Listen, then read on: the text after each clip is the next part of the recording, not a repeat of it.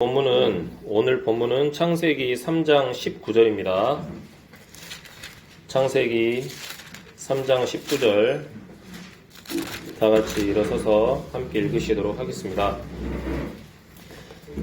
땅으로 돌아갈 때까지 내 얼굴에 땀을 흘려야 빵을 먹으리니 이는 내가 땅에서 취하여졌기 때문이라.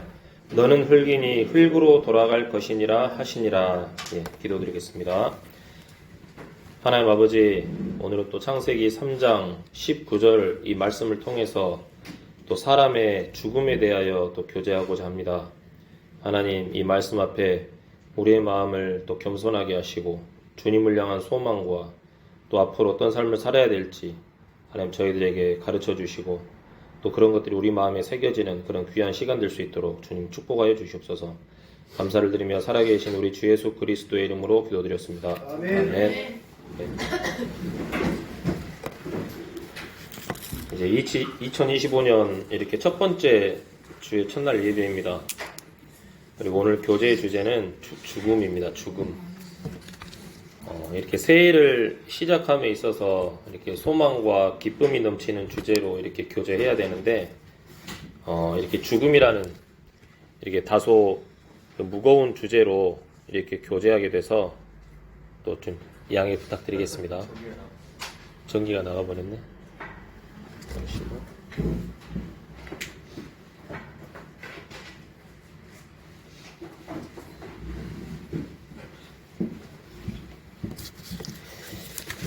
네.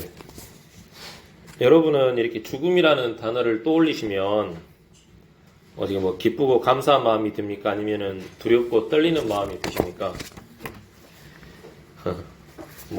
여러 가지 생각이 들겠죠. 이렇게 생각하면 기쁘고 감사하고 또 저렇게 생각하면 두렵고 떨리고. 자, 여러분, 만약에 여러분의 손에 어떤 회초리를 들고 여러분이 여러분의 손으로 이 회초리로 여러분의 몸을 한번 때린다고 한번 생각을 해보세요. 그때 두렵겠습니까? 그렇지 않을 거예요. 왜냐하면은 이 회초리는 나의 통제하에 있고 또 어디를 얼마나 세게 때릴지 예측 가능하기 때문에 두렵지 않아요. 여러분 손으로 여러분 몸을 간지럼 태우면 간지러운가요? 한번 해보세요. 여러분 손으로 여러분 몸을 간지럼 태워보면은 전혀 간지럽지 않아요. 그런데 만약에 다른 누군가가 회초리를 들고 여러분을 때리려고 한다면 그때는 어떻겠어요? 두려움이 생겨요. 자매님들은 모르겠지만 형제님들, 저 같은 경우는 엎드려 뻗쳐 해가지고 학생 때 많이 맞았거든요. 그걸 선생님이 이렇게 매만 들면 무서워가지고 엉덩이 들썩들썩 하면서 피하려고, 아프니까 두려워서 그랬는데, 근데 그건 왜냐하면은 이때 회초리는, 남의 손에 들려있는 회초리는 나의 통제 밖에 있고 또 얼마나 세게 또 어디를 어떻게 때릴지 예측이 안 되기 때문에 두려운 거예요. 근데 이제 이처럼 죽음은요, 내가 원할 때 다가오도록 통제 가능한 게 절대 아니에요. 어느 순간 내 의지하고 상관없이 예상치 못하게 다가와서 어쩔 수 없이 그 죽음을 받아들여야 하는 것이기 때문에 죽음을 생각하면 두려움이 앞서는 것이 당연하거든요.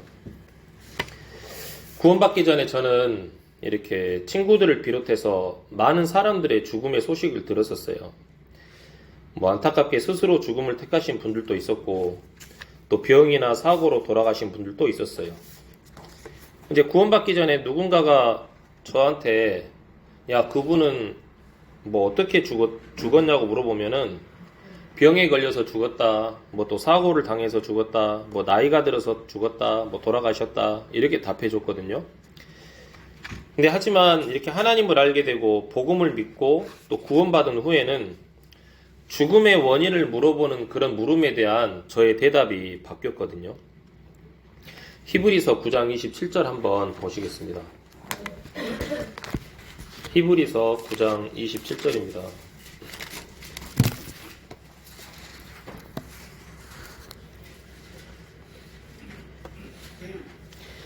읽어보시면 한 번 죽는 것은 사람들에게 정해진 것이요 이것 뒤에는 심판이 있나니. 예. 하나님께서 사람들에게 죽음을 정해 놓으셨기 때문에 사람들이 죽는 거예요. 어떻게 보면 병이나 사고는 이 하나님의 말씀을 이루기 위한 뭐죠? 도구일 뿐인 겁니다. 자, 인류의 조상인 아담과 이브가 하나님의 명령을 거역하고 뱀의 말을 들어서 선악을 알게 하는 나무의 열매를 먹는 죄를 지었기 때문에 그 결과 아담과 이브의 후손인 우리에게 그 죄성이 그대로 유전되어서 사람들은 죄인이 되었고 하나님은 그런 사람들에게 죄를 정해 놓으셨고 그 하나님의 말씀 때문에 우리는 죽음을 피할 수가 없게 된 것입니다. 그렇죠? 그러니까 나이가 많든 적든 어떤 교육의 수준이 높든 낮든 또는 뭐 지위가 높든 낮든 재물이 많든 적든 뭐 사는 집이 좋든 그렇지 않든 죽음은 사람의 그런 조건들을 전혀 상관하지 않습니다. 자, 사람마다 각자의 처하는 환경과 생활 방식이 다릅니다. 어떤 사람들은 뭐 미국에서 살고, 어떤 사람들은 영국에서 살고, 뭐 일본에서 살고, 한국에서 살고, 또 그 문화에 따른 뭐 자기만의 경험을 하고, 뭐 가정 형편이나 뭐 삶의 수준에 따라서 다양한 인생 경험을 하면서 살아가지만, 이 전 세계 모든 사람들의 마지막 경험은 어때요? 다 똑같아요. 그게 뭐죠? 죽음이라는 거예요. 전에 인터넷 기사에서 이런 글을 본 적이 있는데 일본에서 어느 시한부를 그 인생을 그냥 할게요. 시한부 판정을 받은 환자가 있었어요. 이제 죽음을 앞두고 있는데 그 사람이 병상에서 이런저런 생각을 하다가 야, 내가 죽은 후에는 어떻게 장례가 치러질 것인가에 대해서 이게 생각을 하게 됐거든요. 그러니까 많은 사람들이 찾아와서 조문해 주겠지. 다시는 나를 보지 못할 것에 대해서 아쉬워하고 슬퍼하면서 울겠지. 그러다가 이제 나는 사람들의 기억 속에서 잊혀지겠지. 이제 이런 생각을 했어요. 이제 그러다 갑자기 들었던 생각이 뭐냐면, 아, 이제 죽어버리면 이제 다시는 못 보겠구나. 나는 이제 아무도 다른 사람들을 만나지 못하고 못 보겠구나. 야, 그렇다면 어차피 내가 죽을 건데 내가 살아있는 동안만이라도 이렇게 주변 사람들에게 내 상황을 알려가지고 갈 때 가더라도 이렇게 그동안 보지 못했던 오랜 친구들, 뭐 친척들, 지인들을 최대한 많이 만나고 나서 죽어야겠다 하면서 자기가 죽기 전에 살아있을 때 보고 싶은 사람들을 다 초대해서 이별의 말을 주고받으면서 그 장례식을 앞당겨서 이렇게 치렀다는 그런 기사를 본 적이 있거든요. 죽음은 이렇게 많은 소중한 사람들과의 이별을 의미해요. 죽음은 이렇게 슬픔과 이별 그리고 모든 것에 이렇게 끝이라고 여겨지는 거거든요. 이런 이유 때문에 사람들은 또 어떻습니까? 죽음을 두려워하는 거예요. 자, 히브리서 2장 15절 한번 보시겠습니다. 히브리서 2장 15절입니다.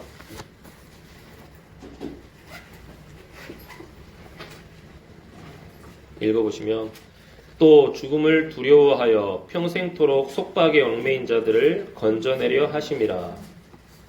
예. 죽음을 두려워하여 평생토록 속박에 얽매인 자들을 건져내려 하심이라. 그러니까 인간의 본성은 여기 나와 있는 말씀처럼 죽음을 두려워하는 본성이 있는 거예요. 죽음이 두렵기 때문에 사람들은 그 죽음을 어쨌든 늦춰보려고 건강을 챙기고 영양제를 챙겨 먹고 삼시세끼 잘 챙겨 먹으려고 하고 또 병이 나면 병원에 가서 치료를 받으려고 하고 또 거기에 맞는 또 약을 사 먹어요.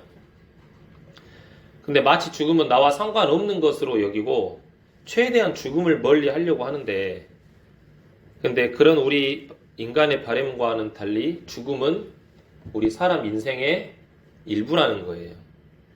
이런저런 방식으로 죽음을 멀리 하려고 하지만 우리는 모두 매일 죽음에 이렇게 직면한 채로 살고 있습니다.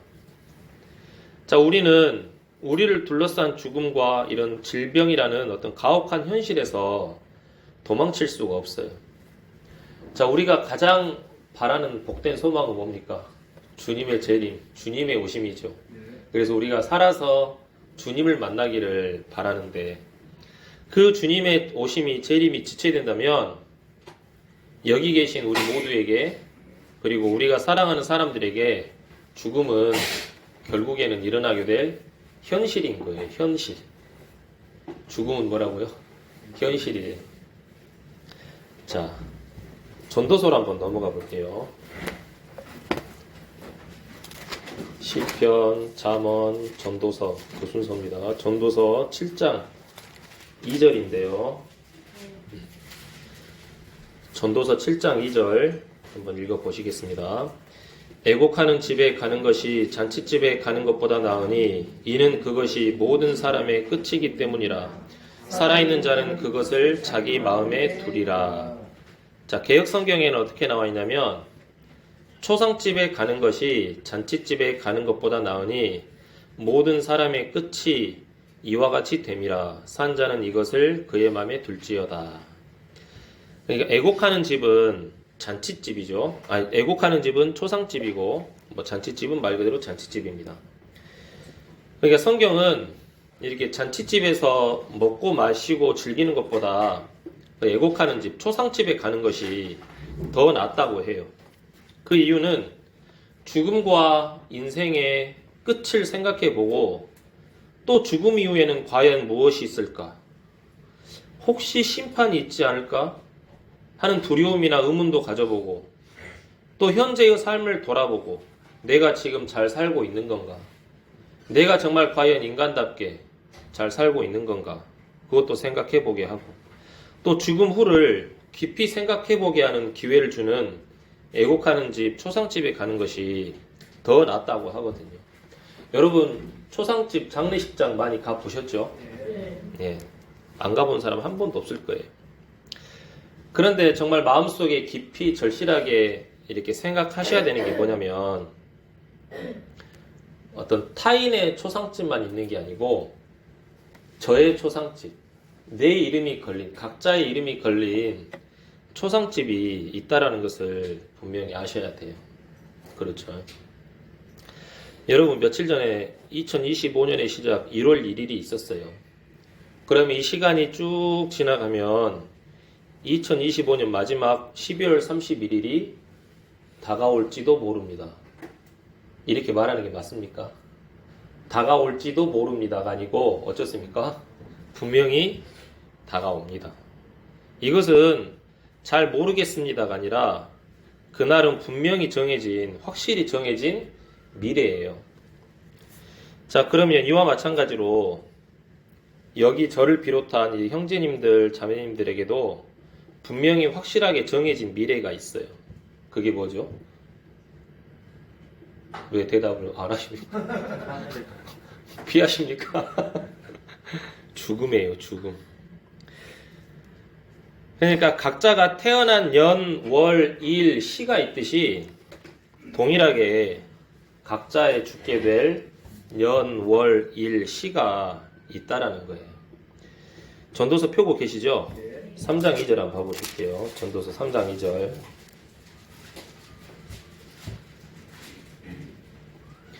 읽어보시겠습니다. 날 때가 있고 죽을 때가 있으며 심을 때가 있고 심은 것을 뽑을 때가 있으며. 예. 성경이 그 진리를 이 말씀으로 뒷받침하잖아요.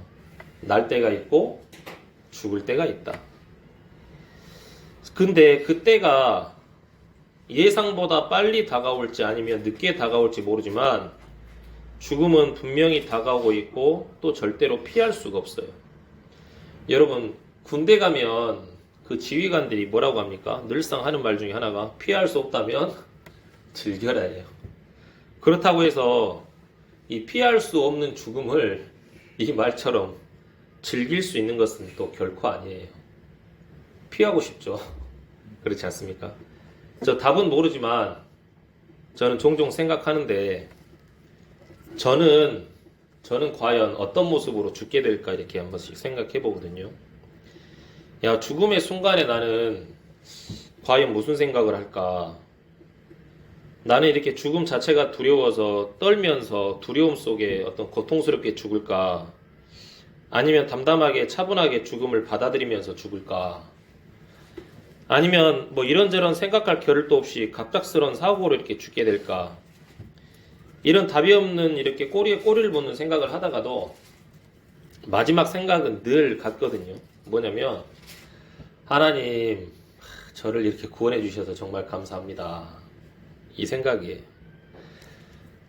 주님 앞에 저를 세우고 생각해 보면 저는 정말 이렇게 주님 앞에 내세울 만한 어떤 아무런 공로도 없고 더럽고 악한 죄인인데 그런 저를 이렇게 주님의 그 보혈로 저의 모든 죄를 제거하시고 용서하시고 또 그 값없이 은혜로 이렇게 저를 구원해 주신 것이 너무 감사하거든요.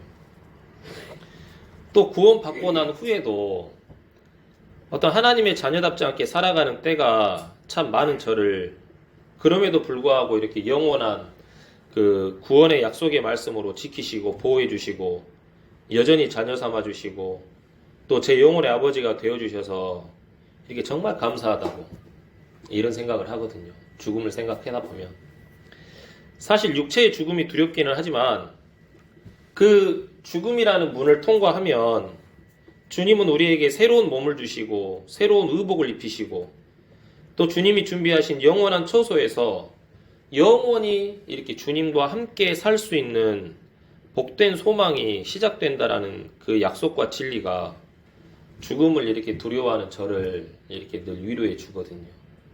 그렇죠? 여러분도 그렇죠? 예, 저도 그렇습니다. 자, 이런 것들을 생각해 보면 이렇게 사도 바울이 이렇게 말한 것처럼 그 사도 바울의 빌립보서 말씀처럼 죽음은 우리에게 공포가 아니고 이득인 거예요.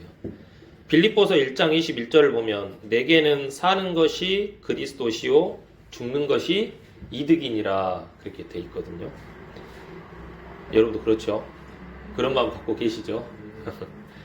자, 죽음 앞에 그리고 이제 죽음 앞에 죽고 나면 우리의 육체는 아무것도 아닌 것이 됩니다. 자, 오늘 본문의 말씀처럼 사람은 죽으면 이렇게 이제 흙으로 돌아가게 됩니다. 자, 창세기 3장 19절 다시 한번 읽어볼 텐데 땅으로 돌아갈 때까지 내 얼굴에 땀을 흘려야 빵을 먹으리니 이는 내가 땅에서 취하여졌기 때문이라 너는 흙이니 흙으로 돌아갈 것이니라 하시니라 이 말씀이 있습니다. 제가 언젠가부턴가 이제 한자에 대해서 한자와 이렇게 좀 말씀을 좀 연관시켜서 생각을 해보니까 참 신기한 한자가 많았어요. 여러분 양자에다가 양이라는 한자에다가 나 아를 집어넣으면은 의로울 의가 돼요. 그러니까 어린 양이라는 한자 밑에 나 아가 있어요. 그러니까 어린 양 밑에 어떤 한 사람이 있는 것이 의롭다라는 거예요. 예수님 밑에 내가 있는 게. 또 양자에다가 큰 대자. 이 큰 대는 한 사람인 해가지고 이게 이제 큰 대거든요. 그럼 양 밑에 한 사람이 있으면 그게 이제 아름다울 미자가 되는 거예요. 그리고 양 밑에 말씀언이라는 그 한자가 이제 또 다 합쳐지면 선할 선이 돼요. 하나님의 말씀은 늘 선한 거예요. 근데 이제 그런 식으로 여러 가지 좀 한자를 생각해 보다가 이 사람 인자 있잖아요. 사람 인자. 이 사람 인자를 살짝 이렇게 좀 비틀어 가지고 거기에다가 흙토를 붙이면 뭐가 되는 줄 아세요? 날생이 되는 거예요. 날생. 사람이 흙에서 태어났다라는 거예요. 근데 이 날생에서 사람이 딱 걷어져 나가면 뭐만 남습니까? 이제 흙토만 남아요. 사람은 그 한자를 보면서 이 한자에도 복음이 들어있구나. 그러니까 사람이 흙에서 나왔고 사람이 죽으면 흙으로 돌아간다는 말이 있는 거예요. 근데 저는 이제 사람이 흙으로 돌아갈 것이니라 이제 이 말씀을 좀 생각하면서 제 어렸을 때 좀 기억을 떠올려 봤는데, 어렸을 때 이제 할아버지 장례식이었어요. 근데 이제 아버지께서 이제 저희 아버지가 저한테 이런 말 하더라고요. 제가 그때 6살인가 5살인가 기었던 것 같은데, 와서 할아버지 돌아가셨다 그러더라고요. 어렸을 때니까 그 말은 저에게 별로 큰 의미가 없었어요. 아, 그냥 죽은 것을 돌아가셨다라고 말하는구나, 그 정도였는데, 그런데 이제 점점 나이가 들고 어떤 그 깊은 생각이라는 것을 하게 되면서 그 말을 좀 자꾸 되뇌이게 되더라고요.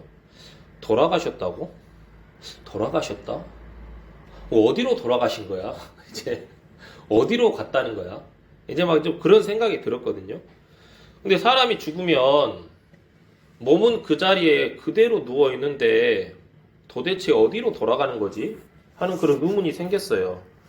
근데 이제 이 복음을 듣고 구원을 받은 후에 그것에 대한, 몸이 어디로 돌아가는 것인지에 대한 의문은 풀렸어요.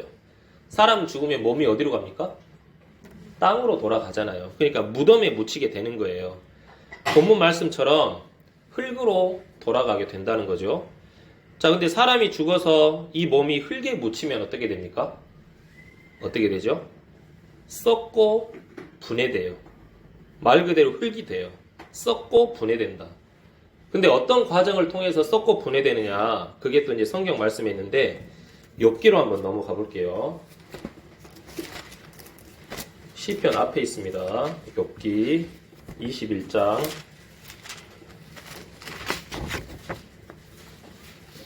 23, 24, 25, 26절인데요. 한번 읽어보시겠습니다. 어떤 사람은 기력이 넘치며 심히 편안하고 평온한 가운데 죽으며 그의 가슴에는 젖이 가득하고 그의 뼈는 골수로 젖어 있으되, 다른 사람은 혼이 쓰라린 가운데 죽고 결코 즐겁게 먹지도 못하는도다. 그들이 한 가지로 흙 속에 누움에 벌레들이 그들을 덮으리로다. 예. 어떤 사람은 잘 먹고 잘 죽어서 먹고 죽은 귀신 때깔도 좋다 그런 속담처럼, 어떤 사람은 잘 먹고 잘 살아서 정말 이렇게 말 그대로 건장한 몸으로 그 좋은 몸을 유지한 채로 죽었어요. 근데 어떤 사람은 못 살고 가난해서 막 마른 몸으로 죽었는데, 26절에 그들의 한 가지 결론이 뭡니까? 흙 속에 누움에 벌레들이 그들을 덮으리로다, 그렇게 돼 있습니다. 사람이 죽게 되면 땅에 묻히고 흙 속에 묻혀서 무수히 많은 작은 벌레들, 미생물들이 그 사람의 몸을 파고들어서 그 몸을 먹어치우는 거예요. 그리고 이제 그 몸이 벌레들의 배설물이 돼가지고 그렇게 그런 오랜 시간의 과정을 통해서 문자 그대로 흙으로 돌아가게 된다라는 거죠. 그때는 내가 가진 손재주라든가 어떤 나만의 기술, 나만의 안목이나 지식이나 언변이나 인맥이나 특기, 이런 것들이 아무 소용이 없어요. 저뿐만 아니라 여기 앉아 계신 모든 분들도 죽고 나면 이런 과정을 겪게 된다는 거죠. 이런 과정을 통해서 우리가 흙으로 돌아가는 거예요. 그냥 말 그대로 우리는 그 시편 103편 14절의 말씀처럼 먼지로 돌아가게 되는 거예요. 우리는 진짜 그냥 먼지가 되는 사람들이에요.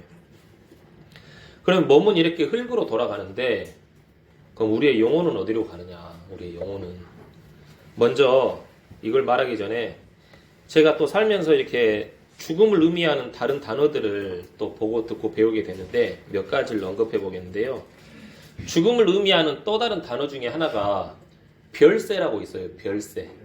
별세 들어보셨죠? 윗사람이 죽었을 때 돌아가셨다라는 말도 하지만, 그 돌아가셨다라는 말보다 더 존칭어로 별세했다라는 말을 쓰는데, 이 별세라는 말은 한자로 따지면 나눌 별이에요. 나눌 별. 또는 다를 별. 세상세. 그러니까 세상과 이별하다라는 뜻이에요. 세상과 이별하다. 그러니까 세상과 나누어져서 다르게 되었다는 말이에요. 그게 별세입니다. 그리고 이 교회 안에서는 또 누군가가 돌아가시면 뭐 하셨다고 그러죠? 소천하셨다고 그래요. 소천하셨다. 사전을 근데 이 소가 무슨 소냐면 불을 소예요. 불을 소. 천은 하늘천. 이게 개신교에서 죽음을 의미하는 말인데 사람이 죽는다는 것은 뭐냐면 하늘의 부름을 받아서 갔다 이 말이에요. 그럼 하늘이 불렀다라는 것은 하늘에서 누군가가 부르는 존재가 있다라는 뜻이잖아요. 사람이 소천하셨다라는 말은 그냥 하늘을 향해 갔다 그게 아니고 하나님이 사람을 불러서 그 사람이 하늘로 올라갔다. 그게 이제 소천인 겁니다. 그리고 또 다른 단어가 있는데 이 불교 용어긴 한데요. 뭐냐면은 타계입니다. 타계. 타계하셨다. 이때 타가 무슨 타냐면은 달을 타예요. 달을 타. 개는 세상 개.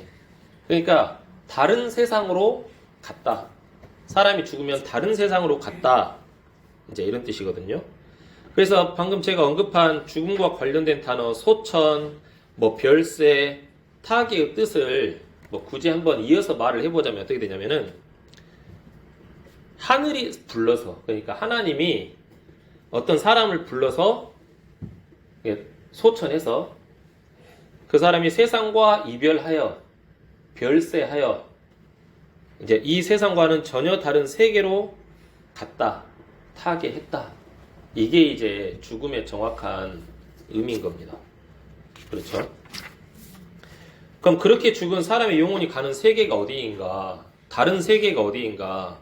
그곳은 바로 하나님 앞이고 그곳에서 각 사람은 각자의 행위가 기록된 책에 따라서 심판을 받아요. 자, 히브리서 9장 27절 아까 처음 읽었었는데 제가 다시 한번 읽어보면 한 번 죽는 것은 사람들에게 정해진 것이요 이것 뒤에는 심판이 있나니. 이 심판이라는 것은 판단하다 그런 뜻인데요. 그러면 판단을 하려면 판단의 근거가 기준이 있어야 되지 않겠습니까? 그게 이제 어디에 나와 있냐면 요한계시록 20장 12절에 나와 있어요. 요한계시록 20장 12절 여기다 한번 펴서 다 같이 한번 읽어보시겠습니다. 요한계시록 20장 12절 또 내가 보매 죽은 자들이 작은 자나 큰 자나 할 것 없이 하나님 앞에 서 있는데 책들이 펴져 있고 또 다른 책이 펴져 있었으니 곧 생명책이라 죽은 자들이 자기 행위들에 따라 책들에 기록된 그것들에 근거하여 심판을 받았더라. 예. 사람들의 몸은 죽으면 흙으로 돌아가지만 이 영혼은 하나님 앞으로 가서 자기 행위들에 따라 그 행위들이 기록된 책들에 근거하여서 심판을 받는다라는 거죠. 자, 여러분들은 이렇게 죽음 앞에 선 여러분 자신을 한번 상상해 보셨습니까? 자, 언제일지는 모르지만 그날이 금방일지 좀 늦춰질지 모르겠지만 하나님께서 나를 불러서 세상과 이별하고 다른 세계로 갈 시간이 이렇게 점점 더 가까워지고 있다는 사실을 알고 계십니까?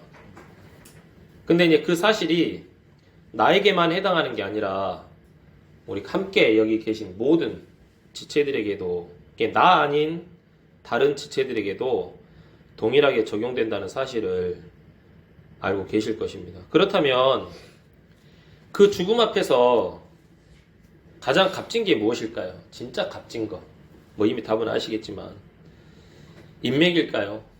뭐 기술, 재산, 뭐 부동산, 나만의 뭐 냉철함이나 분별력, 뭐 재력, 뭐 경험, 특기 이런 게 전혀 아니고 죽음 앞에 선 사람에게 가장 소중하고 평안을 끼치는 것은 뭐냐면 진심에서 우러나오는 위로와 권면과 하나님의 말씀, 그러니까 복음인 거예요. 복음. 죽음 앞에 가장 소중한 것은 진짜 복음이에요. 자, 가정에서 하는 이야기인데 가정에서 제가 만일 어떤 사람을 향해서 원망과 오해를 가지고 살고 있는데 그분이 갑자기 예상치 못한 사고로 죽어서 제가 그 원망과 오해를 풀지 못하고 그냥 살아간다고 합시다. 제 마음이 어떻겠습니까? 정말 아쉽고 서운하고 고인이 된 그분을 향해서 죄송한 마음, 그런 마음을 가지고 살고 또 하나님 앞에 부끄러운 마음이 있지 않겠습니까? 만약 여러분에게도 그런 상황이 생기면 여러분 어떻게 하시겠습니까? 언제일지 모르겠지만 저나 여러분이나 세상 모든 사람들은 언젠가는 분명히 죽어요. 죽음 앞에 있는 저에게 사람들이 어떤 말을 해줘야 내가 평안과 위로를 얻을 수 있을까? 바로 하나님의 말씀 복음이죠. 그러면 동일하게 죽음 앞에 있는 누군가에게 내가 무슨 말을 해줘야 될까? 그것도 생각을 해보면 이렇게 평안과 위로와 소망을 주는 하나님의 말씀, 하나님의 복음이라는 마음이 들어요. 왜냐하면 그 복음만이 죽음을 이기고 부활하게 하는 권능이 있기 때문에 그렇거든요. 그렇죠? 자, 로마서 6장으로 한번 넘어가 볼게요. 로마서 6장.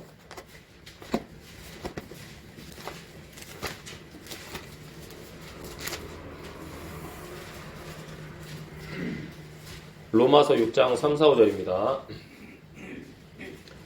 예수 그리스도 안으로 침례를 받은 우리가 다 그분의 죽음 안으로 침례를 받은 줄을 너희가 알지 못하느냐. 그러므로 우리가 죽음 안으로 침례를 받아 그분과 함께 묻혔나니 이것은 그리스도께서 아버지의 영광을 힘입어 죽은 자들로부터 일으켜진 것 같이 우리도 생명의 새로움 속에서 걷게 하려 함이라. 만일 우리가 그분의 죽음과 같은 모양으로 함께 심겼으면 또한 그분의 부활과 같은 모양으로 되리라. 예.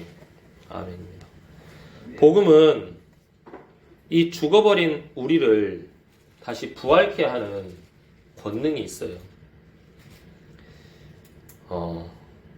제가 이제 김충수 형제님, 부치님 이렇게 소천하셨을 때 그때를 생각하면 참 하나님께 감사한 건 뭐냐면 이제 부치님 비록 이렇게 사고로 이렇게 병원에 계시다가 또 소천하시긴 했지만 우리 교회가 또 그 일을 위해서 많이 기도하고 또 하나님의 은혜를 구했었는데 내 생각을 해보면 그 당시 그 부치님께 가장 필요한 게 무엇이었을까요? 복음이더라고요. 하나님의 말씀과 위로와 복음. 그래서 이제 제 마음에 좀 부치님 이렇게 혼수 상태로 누워 계시긴 하지만 부치님하고 뵙고 싶은 마음이 들어서 이렇게 가서 부치님의 손을 잡고 사람의 귀는 가장 늦게 닫힌다고 하는데 부치님 앞에 이렇게 기도하고 또 복음을 이렇게 전하고 또 반응은 없지만 그 부치님께 하나님 앞에 부활의 소망을 이야기하고 했을 때 그게 참 너무나도 감사하더라고요. 그러니까 죽음 앞에 서 있는 사람에게 뭐가 필요하겠어요. 부치님께 제가 이렇게 퇴원하시면 맛있는 거 사드십시오 하고 뭐 그 상황에서 물질을 드릴 수 있겠습니까? 아니 뭐 따뜻한 옷을 드릴 수 있겠습니까? 그런데 그때 뭔가 이렇게 드릴 수 있다라는 게 너무나도 이렇게 감사하더라고요. 근데 그게 복음이더라고요. 복음. 자, 여러분, 우리는 우리 자신이 내년에 죽을지 올해 죽을지 더 앞당겨서 다음 달에 죽을지 더 앞당겨서 다음 주에 죽을지 내일 죽을지 1시간 후에 죽을지 10분 후에 죽을지 1분 후에 죽을지 우리는 죽음에 대해서 예측할 수 있는 것이 아무것도 없어요. 그런 우리가 가져야 할 태도가 무엇일까요? 먼저 교회 안에서 가져야 할 태도는 정말 교회 안에서 우리가 이렇게 가져야 될 태도는 두렵고 떨리는 마음으로 언제 죽을지 모르는 서로를 불쌍히 여기고 또 말씀으로 무난하며 뜨겁게 사랑하는 거예요. 이 하나님의 말씀이 우리의 마음을 지배해야 되고 이 진리가 우리 교회 안에 충만하게 해야 된다는 겁니다. 자, 로마서 16장 16절을 한번 보시겠습니다. 로마서 16장 16절입니다.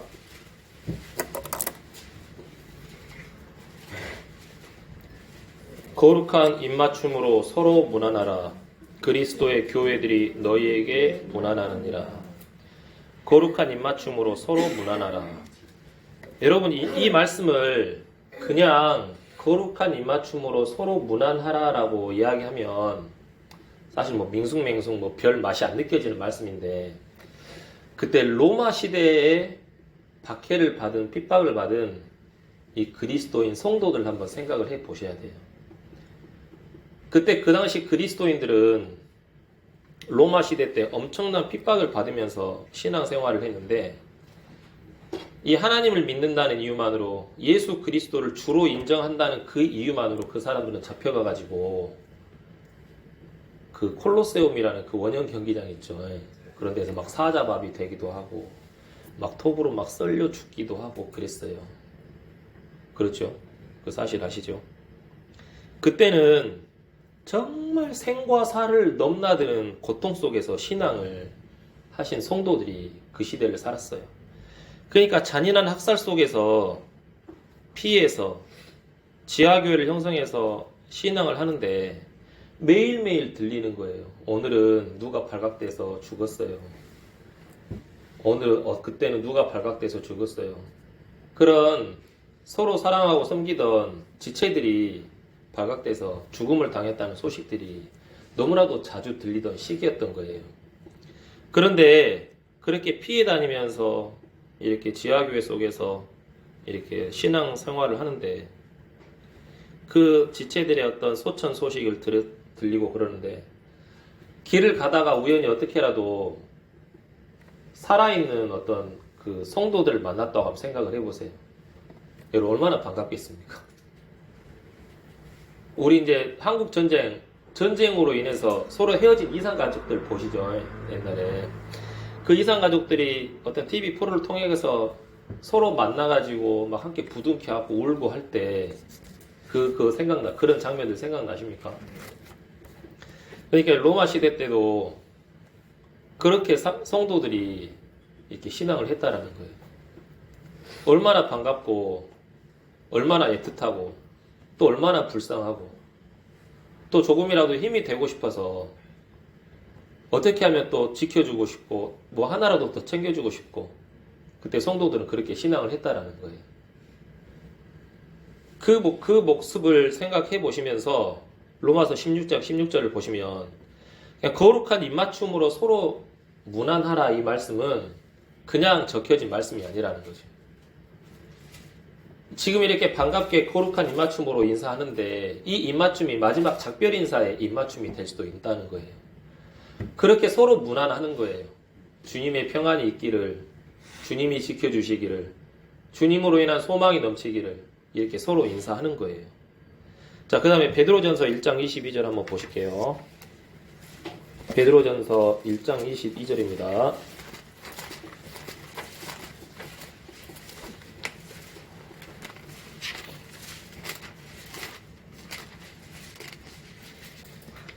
읽어보시면 너희가 성령을 통해 진리에 순종함으로 너희 혼을 깨끗하게 하여 거짓 없이 형제들을 사랑하기에 이르렀으니 순수한 마음으로 뜨겁게 사랑하라. 예. 그러니까 이런 말씀들이 우리의 생각과 교회를 지배해야 되는 그런 그런 말씀이라고 저는 생각이 되거든요. 그러니까 죽음을 이기게 하는 부활의 말씀과 은혜의 복음과 진리의 말씀들이 저희 교회를 지배하고 또 그 아래 그 말씀 아래에서 우리가 하나 되어서 하나님께 영광을 돌려야 된다는 거죠.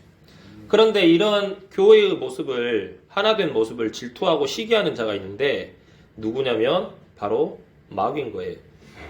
그래서 이렇게 마땅히 가져야 될 생각들을 못하게 해요. 또는 혹시 이미 가지고 있는 주로부터 받은 어떤 작은 귀한 마음마저도 그런 귀한 마음마저도 마귀는 빼앗아 가려고 그래요. 또 그렇게 교회를 무너뜨려서 성도가 하나가 돼서 하나님께 영광 돌리는 일을 막아버리고 패하려고 한다라는 거죠. 마귀는 처음부터 속이는 자예요. 아담과 이브도 속였고 또 예수님도 속이려고 했어요.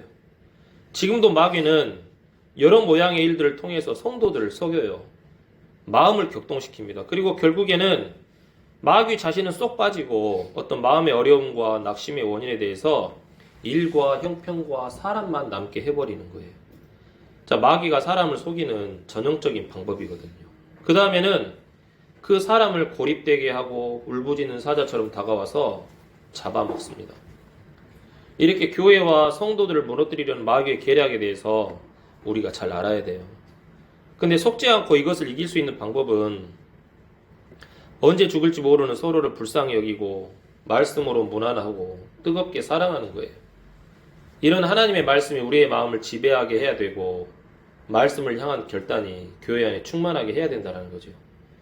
창세기 3장 11절 12절에 보면은 어떤 말씀이 있냐면 원래 아담은 속지 않았다 그런 말씀이 있긴 한데 창세기 11장 12절 보시면 그분께서 이르시되 내가 벌거벗은 것을 누가 내게 알려주었느냐 내가 내게 먹지 말라고 명령한 그 나무에서 나는 것을 내가 먹었느냐 하시니 남자가 이르되 하나님께서 나와 함께 있으라고 주신 여자 곧 그녀가 그 나무에서 나는 것을 내게 주므로 내가 먹었나이다 하매 이렇게 되어 있습니다. 아담은 이 상황에서 누구를 탓해야겠습니까? 마귀를 탓해야 돼요. 저 마귀 때문에 속아가지고 이렇게 먹었어요 하는 게 아니라 뭐라고 하고 있죠? 마귀가 쏙 빠지고 뭐라고 해요? 저 여자 사람 탓을 하는 거예요. 사람 탓을 하는 거예요. 그렇죠? 마귀는 이렇게 우리를 잘 속입니다.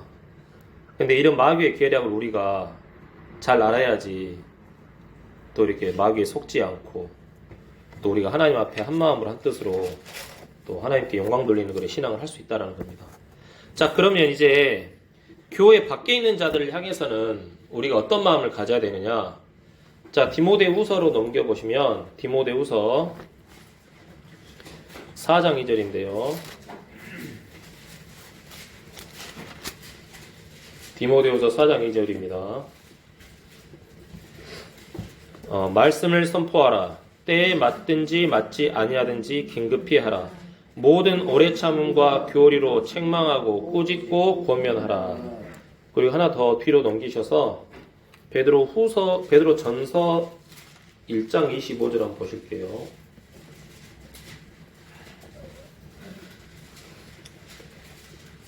(1장 25절) 보시면 오직 주의 말씀은 영원토록 지속되나니 복음으로 너희에게 선포된 말씀이 이 말씀이니라 라고 되어 있습니다.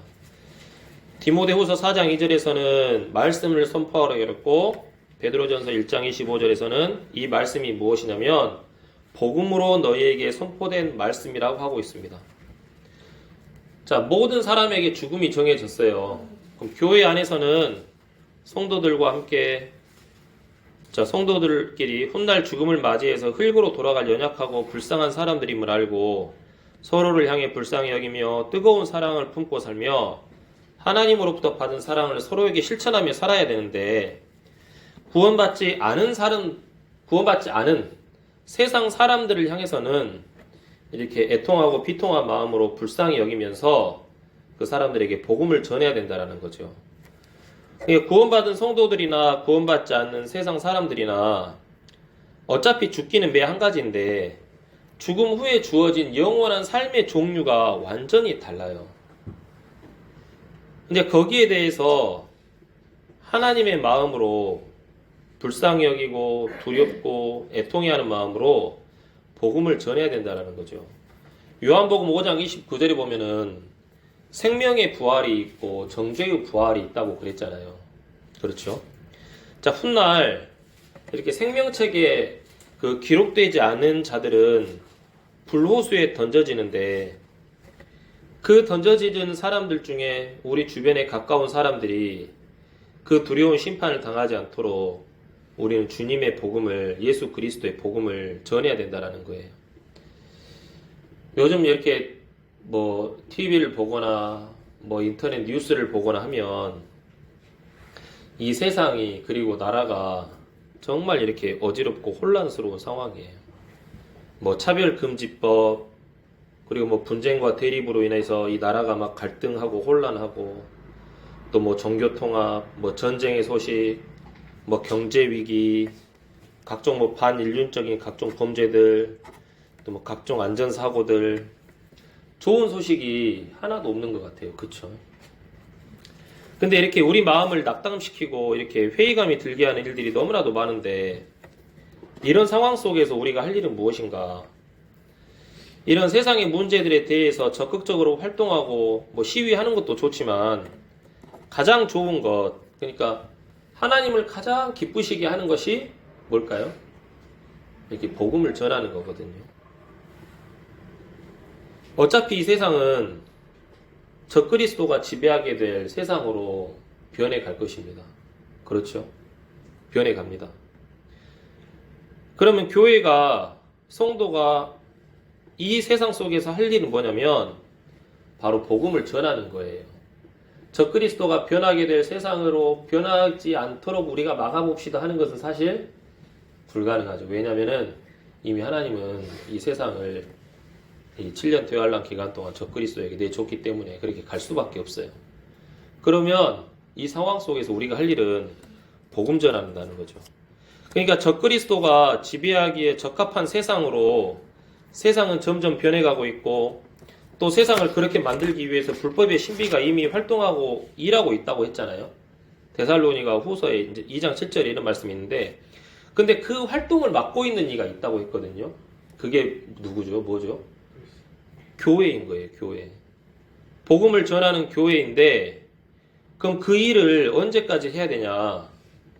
우리가 살아서 주님을 뵙든 죽어서 주님을 뵙든 주님 앞에 하나님께서 그 교회를 옮길 때까지, 교회가 옮겨질 때까지, 교회가, 성도가 주님 앞에 서게 될 날까지 해야 된다라는 겁니다. 제가 이제 군대에 있을 때 좀 이런 생각을 했는데, 저는 군 생활을 어디서 했냐면 그 서울에서 그 시위 진압하는 기동대에서 군 생활을 했거든요. 근데 이제 그것도 이렇게 그 지원자들이 가장 가기 싫어하는, 그냥 가장 힘들다고 소문난 기동 중대들이 있는데, 하필 또 거기에 걸려가지고 거기서 또 군 생활을 했어요. 근데 그곳에 지내보니까, 야, 왜 군인들이 탈영을 하는지 알겠더라고요. 왜 군인들이 탈영을 하는지 알겠고, 왜 군대에서 이렇게 극단적인 선택을 하는지 이해가 되었던 적이 한두 번이 아니었거든요. 진짜 좀 그랬어요. 근데 문득 이런 마음이 들더라고요. 야, 내가 대충 시간을 보내나 열심히 시간을 보내나 어차피 시간은 갈 건데, 야, 그럼 이곳에서 내가 어떻게 시간을 보낼까? 이제 후자의 선택을 했어요. 그래, 그냥 다 포기하고 그냥 열심히 한번 마음 바꿔서 열심히 한번 해보자. 이제 그런 생각을 하니까 그 후로는 군 생활이 힘들지만 이렇게 견뎌지더라고요. 그리고 막 긴장도 막 많고 막 힘든 날들이 많았는데, 거기서 이제 또 나름의 즐거움도 재미도 찾고 또 이제 그렇게 지내다 보니까 이렇게 딱 제대할 때가 되더라고요. 저는 이렇게 개인적으로 복음 전하는 일에 좀 마음이 많이 차가웠고 또 사실 많은 관심이 없었습니다. 그런 저를 이렇게 주님 앞에 돌이키고 반성하는데, 그러면서 제가 좀 가졌던 생각이 군대에서 가졌었던 생각을 좀 하게 되더라고요. 야, 어차피 내가 죽을 건데 내가 이렇게 나만을 위해서 또 어떤 육신의 쾌락을 위해서 살아가나, 어떤 주님을 위해서 또 미약하지만 복음을 전하면서 살아가나, 어차피 시간은 갈 건데 내가 어떻게 살아야 될까? 그러니까 어떤 게 어떤 구원받은 성도로서 적절한 삶인가 이렇게 생각을 해보니까, 이렇게 복음을 이야기하고 또 미약하고 부족하지만 사람들에게 이렇게 복음을 전하면서 주님을 이렇게 드러내는 삶이 하나님 앞에 합당한 삶이라는 그런 마음이 들더라고요. 그렇다고 해서 뭐 제가 그런 삶을 통해서 뭐 저희 교회 교인 수를 한번 늘려보겠다 그런 이야기를 하는 것은 절대 아니고요. 예, 복음 전하는 것은 구원받은 사람이 당연히 할 일이기 때문에 내가 복음을 전하면서 살아야겠다라는 그런 마음을 좀 갖게 되더라고요. 자, 여기 계신 형제 자매님들도 뭐 제가 뭐 강요하는 건 아니지만 올 한 해에는 모두 그런 마음으로, 어차피 죽을 인생인데 이렇게 세상 사람들에게는 이렇게 복음을 이야기하고 또 성도들 간에는 하나님께서 이렇게 복음으로 맺어준 소중한 인연임을 알고 뜨겁게 이렇게 사랑하고 섬기면서 이렇게 살았으면 좋겠다는 마음이 듭니다.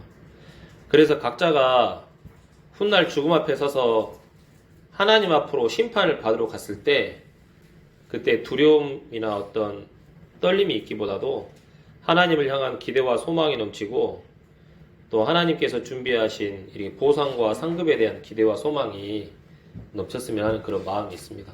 그래서 이렇게 말씀 준비해서 선포했습니다. 네.